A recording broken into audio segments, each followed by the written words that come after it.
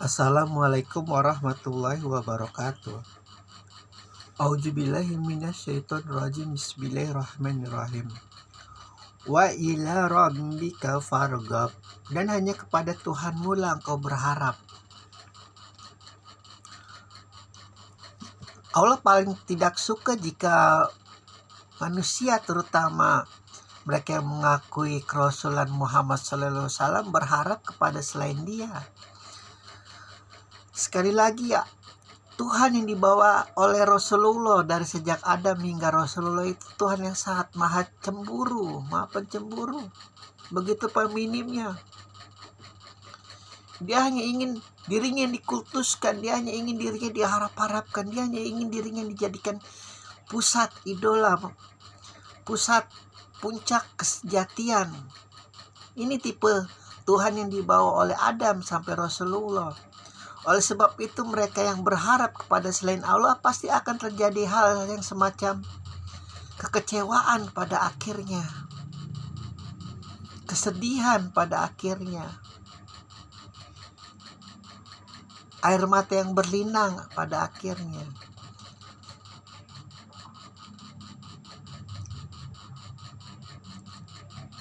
Kita bekerja keras siang dan malam kita untuk anak istri kita, untuk keluarga kita, untuk ayah ibu kita, yang ayah untuk anak-anak kita, yang ibu untuk ayah dan anaknya juga.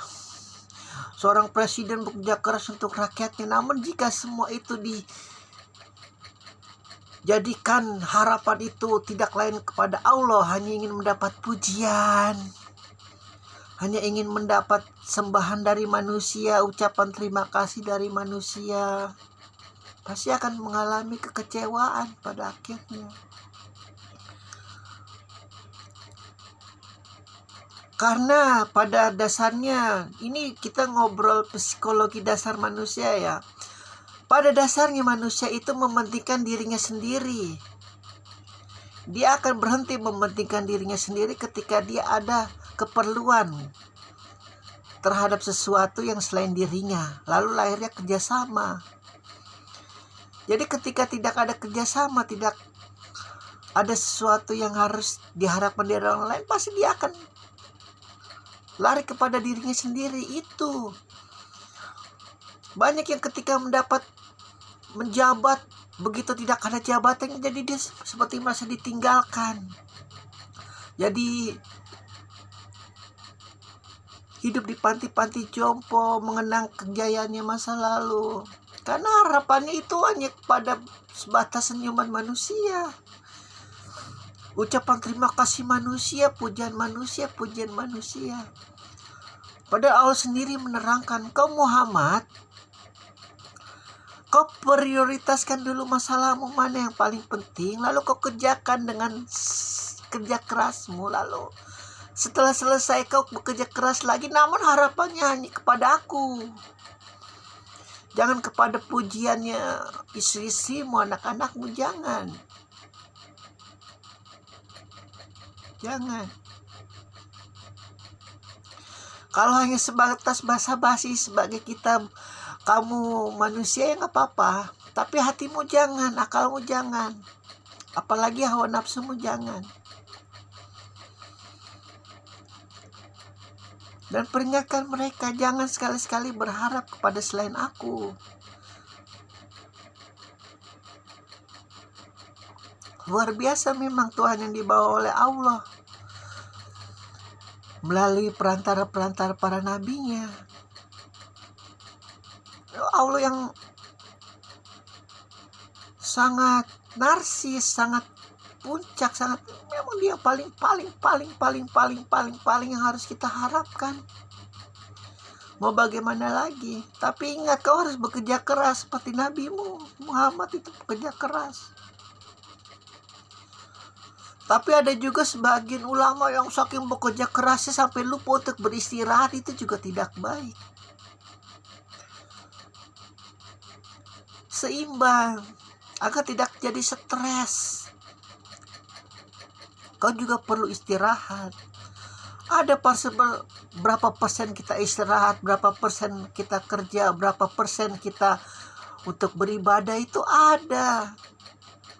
Bergaullah sama ulama, ada persentasenya. Jangan diporsi terus. Kita lihatlah film-film itu kan, film-film kan biasa diangkat dari kisah-kisah sejati manusia kan, yang diangkat ke dalam sebuah film. Lihat orang yang banyak bekerja keras, tidak memperhatikan sekelilingnya. Akhirnya apa? Begitu dia sadar bahwa harapannya untuk mendapat kebahagiaan itu akhirnya sirna, karena lupa beribadah, karena harapannya hanya mendapat senyuman dari istrinya, anaknya. Dan akhirnya dia apa? Dia bersedih kehilangan semuanya karena konsentrasi. Dan ketika bertengkar, aku bekerja ini untuk kalian. Tidak, kamu bekerja untuk dirimu sendiri, untuk ego-egomu sendiri, was-was kamu sendiri. Karena ketakutan-ketakutan yang diciptakan oleh sistem jahiliyahnya iblis lanatullah, bahwa pendidikan itu begitu mahal, kesehatan itu begitu mahal, perumahan itu begitu mahal, nanti makanan juga begitu mahal. Jangan jadikan anak istrimu nanti jadi gelandangan. Akhirnya apa? Dia jadi gelandangan. Karena ternyata istri dan anak-anak juga butuh kasih sayang, butuh komunikasi. Dan ketika tua akhirnya tidak ada teman. Anaknya hidup dengan pembantu-pembantunya, jadi pembantunya jadi ayahnya, jadi ibunya. Begitu. Itu dunia modern yang begitu mengagung-agungkan uang. Jadi seolah-olah dengan tabungan-tabungan yang bermiliaran, yang triliunan itu nanti akan menjaga dirinya di hari tua.